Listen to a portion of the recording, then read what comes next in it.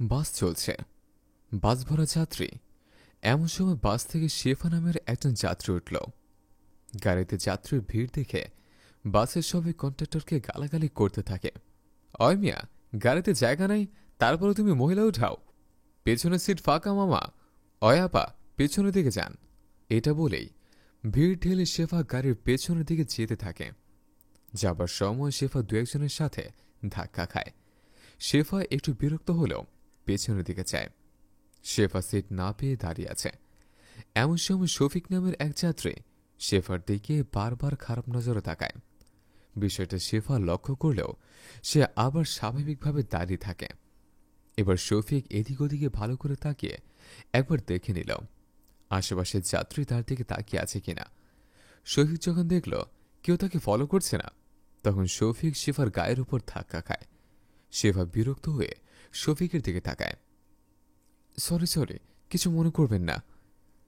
শেফা কোনো কথা না বলে আবার সামনের দিকে তাকায়।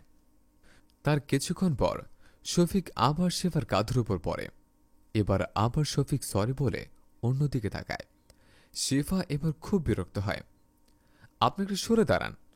আপা, গাড়ি ভর্তি যাত্রী, এতই যদি খারাপ লাগে তাহলে প্রাইভেট কার নিয়ে চলতে পারেন, বাসে কেন উঠছেন?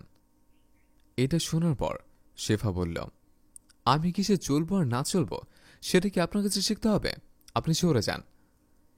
তার কিছুক্ষণ পর গাড়ির একটা ঝাঁকিতে শফিক শেফার গায়ের উপর জোরে করে পড়ল। শেফা এবার রেগে গিয়ে শফিকের কলার ধরে বলল, ওই জানোয়ার, তোরা না বললাম দৌড়ে গিয়ে দাঁড়া, কি পেয়েছিসটা কি? মেয়ে দেখলে গায়ে এসে পড়তে ইচ্ছে করে, ঘরে কি মা বোন নেই তোর? জানোয়ার কোথাকার! আরে কি একটা মেয়ে রে বাবা, আপনি তো আমার গায়ে এসে পড়েছেন আর আমাকে বলছেন আমি আপনার গায়ে পড়ছি। যত সব ফালতু মহিলা! ভিড়ের মধ্যে গাড়িতে উঠে ছেলেদের সাথে নষ্টমী করার জন্য আর দোষ হয় ছেলেদের। এই অবস্থা দেখে গাড়ির সবাই শেফা আর শফিকের কাণ্ড দেখছিল। এমন সময় রাকিব নামের এক লোক উঠে শফিককে বলল, অয় মিয়া, আপনি তো মিথ্যে কথা কেন বলছেন? একে তো আপনি অন্যায় করেছেন, তার উপর আবার বড় বড় কথা। শফিক বাস যাত্রী সবাইকে বলছে, দেখেন ভাই দেখেন, আমার উপর মিথ্যা দোষ দিচ্ছে। আর এই ছেলেটা হচ্ছে এই মেয়েটার দালাল, এরা প্ল্যান করে এসব করে। এবার সবাই শফিকের কথা শুনে রাকিবকে বলে উঠল, আপনি যে বললেন এই লোক ইচ্ছে করে এই মেয়েটার গায়ে এসে পড়ছে, তা কি আপনি প্রমাণ করতে পারবেন? প্রমাণ দেখতে চান?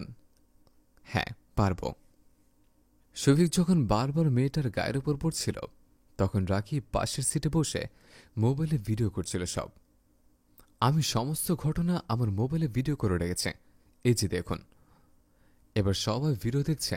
ঠিক ওই সময় অবস্থা বেগতিক দেখে শফিক পালিয়ে যেতে গেলে সবাই শফিককে ধরেই গণপিটুনি দেয়।